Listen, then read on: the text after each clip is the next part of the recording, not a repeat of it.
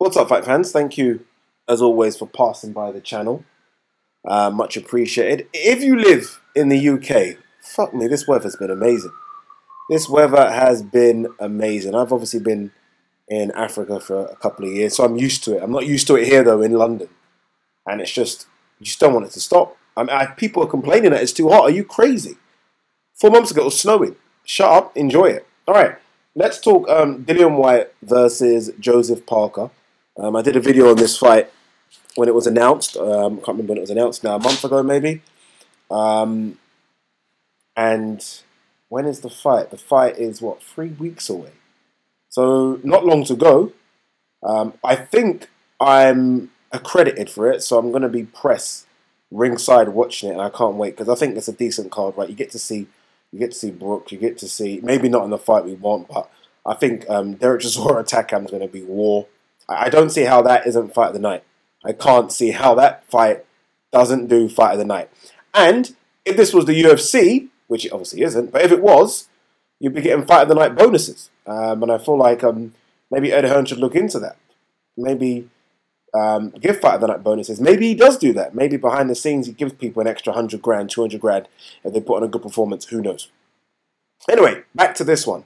Dillian Whyte, Joseph Parker. We saw the thumbnail. Who has more to lose? Answers down below, please. Who has more to lose? Not just answers down below like, oh yeah, Dillian Whyte, reasons. Give your reasons. I don't think it's as obvious as you think. Like initially, when I thought about this subject, I was thinking, oh, Whyte, easy. Whyte, easy. He's home. I guess you could kind of say he's the A-side. It's the first time he's headlining on pay-per-view. O2 Arena. Fingers crossed it does more than it did for Lucas Brown. I'm hearing it was about 8,000-9,000 for Lucas Brown. Obviously, he wants to get around the 15,000-20,000 mark. That'll be good. That will show that he's a superstar by himself, right? Everyone wants to feel that they're a superstar by himself. The card is loaded with names. Maybe not in the fights. We want to see some names. So I think those people will help in terms of ticket sales. But he wants to get as close to a capacity as possible. So I guess on the one hand, he has more to lose. You kind of think that he's in a position now where some people think he's top 5 in the world. A win will probably see him get a title shot. I don't know who with. But look, if he goes in there and knocks out Joseph Parker and screams, I want Joshua next, you never know, right? Joshua's going for all this issue of Wilder, and Joshua's got Povetkin next, but, I mean, April's booked, and no one knows who April's for yet. So, I mean, dare say he goes in there and destroys Parker, then I don't think many people will complain about Joshua Whyte too. I don't know, I would, but I could see how some people would accept and like it. So he has a lot to lose. But for me, I still can't help but feel he's overachieved anyway. I really do feel that. I think he's overachieved. Remember, this guy, a bit of background, was a kickboxer.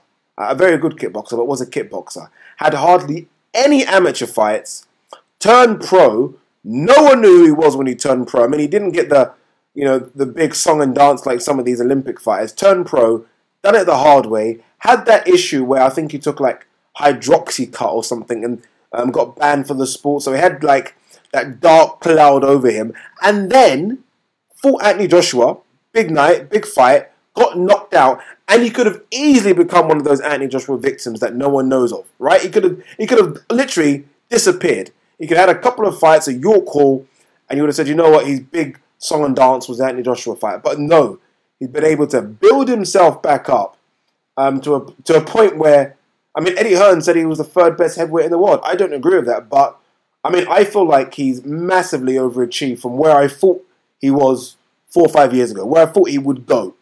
I mean, if you asked me Dillian Whyte 5 years ago, would he become the 3rd best heavyweight in the world? Would he be headlining a pay-per-view show at the O2? I said, you're crazy. I said, lock him up and throw away the fucking key. But so he's done it, and you've got to congratulate him on doing that. So, yes, there is pressure.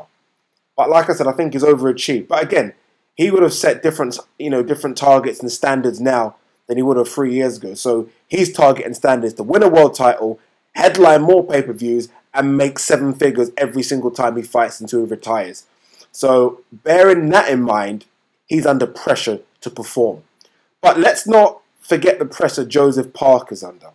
Joseph Parker's under a different type of pressure. Look, Joseph Parker doesn't have a top-level promoter.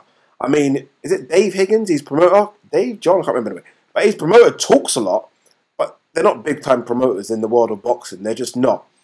He was supposed to fight Brian Jennings, and that would have been on a PBC card before he got this fight. And believe me, it wouldn't have headlined the card. It would probably have been a co-main event. So I think, if he loses again, will struggle to get a big payday anywhere. He just will. He got a massive payday with Joshua. He's getting a decent payday here. And I feel like if he loses, it's back-to-back losses, number one. His name value goes down. And then he fights riskier fights, right, for less money. You know, he's the kind of guy that would have to travel. So, I mean, he'd probably have to go and fight Pulev in Russia, Povetkin in Russia, Brian Jennings in the US. Without the belt, he isn't the draw. People would have travelled before because of the belt to New Zealand. They won't anymore. So, I think Parker could be, as strange as it sounds, under more pressure to win. Because Parker loses, like I said, it's a long way back. Dillian Whyte loses, it's a long way back, don't get me wrong.